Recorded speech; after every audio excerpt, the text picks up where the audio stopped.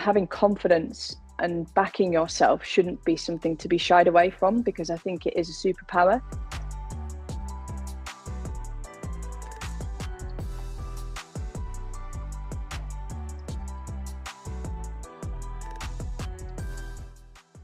I think probably the main three things that kind of spring to mind is you've got to be really determined.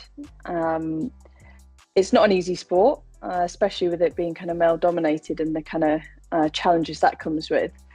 You've got to be quite tenacious with how you approach things, and you've got to persevere with things as well. So, you know, through my career, I've done it for 23 years now, and there have been more times than not where I've kind of, you know, done the knocking on the door and tried to get opportunities into certain areas and not had either any response or the door's been shut. Now, I'm Northern, I'm a Yorkshire lass, and I'm a very, very determined person. And coming into motorsport and having to kind of face those things has made me even more determined. You know, you kind of face the female stereotypes that are kind of given to female drivers, and it means you have to work twice as hard, probably 3 times as hard, to get the same opportunities that some of the guys have. So for example, you maybe pop onto the grid in a car, but the car might be 2 years older than the other cars that some of the male counterparts are racing, or you might get hand-me-down tyres or brakes or something like that from other drivers in your team because they're given the best equipment. So it just means that you have to basically work twice as hard, and it goes the same for earning respect to the fans and engineers and potentially the drivers as well. But once you break through that and you have some good results, then the respect is usually tenfold.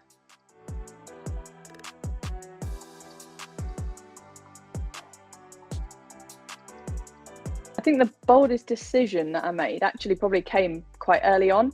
So I started karting when I was 10 years old, and obviously when you kind of get into that age where you're deciding, do I go to uni, you know, what A-levels do I need to pick, what's the next step, I'd always been fully focused on motorsport and making a career in motorsport. So obviously the sensible side of things and what my parents were saying is, look, you know, ultimately there's no guarantee you're going to succeed in motorsport, so, you know, why don't you go to uni and just make sure you've got something to fall back on, which absolutely made all the sense in the world and probably would have been a better option. But I decided, I think I was 18 at the time, to basically relocate myself down from Yorkshire down to Northamptonshire, because that's kind of the hub of motorsport in the UK, and went full-time into instructing.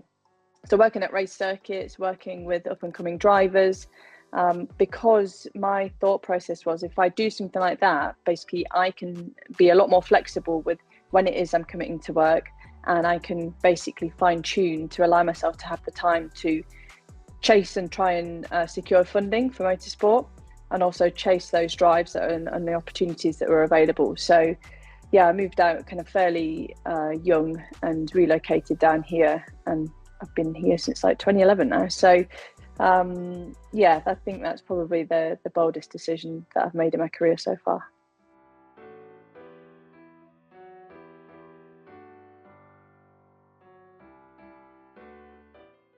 I think there is just some sort of innate drive and love for the sport, and I think it's definitely come from my dad. So I used to watch my dad race ever since I was young. So I grew up around circuits in the UK, and, you know, watching my dad have the highs and lows of motorsport. And I've just always had a real affinity to cars. And I remember there's a photo of me and my dad's, he had a 250 National gearbox, absolutely ridiculous in terms of speed. These things, they're just bonkers. And there's a picture of me stood in the race seat. I think I was maybe 3 years old, and I've got my hands on the race steering wheel, and you can just see how happy I am to be in there. So you know, it was always probably going to happen at some point.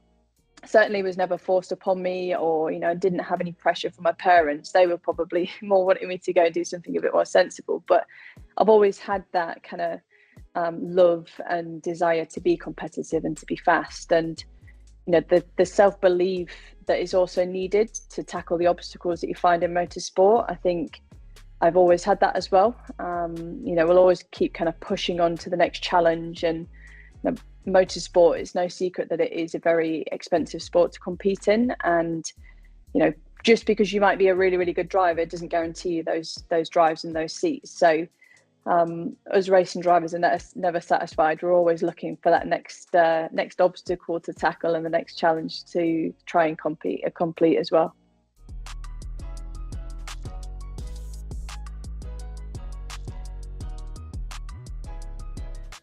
I think there's various things. I mean, motorsport is such a varied industry to be in, and I've been lucky enough to do it for so long that I've had some amazing highs, some incredibly bad lows, and everything in between. And I think some of the main points and the main kind of subjects that I hope people kind of take away from this with them is coping mechanisms when you're under kind of stress, or you're in a job where you're dealing with high pressure all the time.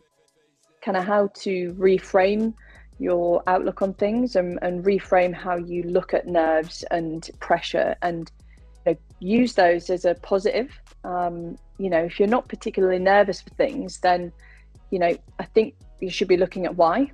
And it's the same kind of feeling you get from being excited. So use those and reframe it and view things as a positive. And I think that having confidence and backing yourself shouldn't be something to be shied away from, because I think it is a superpower. If you can back yourself and have the, I suppose, mindset of also making sure you're looking externally and making sure you're being honest about where it is you might lack performance, or potentially a little bit of experience, and utilizing the team around you. I think it's really good to be a leader. It's really good to back yourself and be confident in yourself, but it's also really, really good to utilize the good people that you have around you.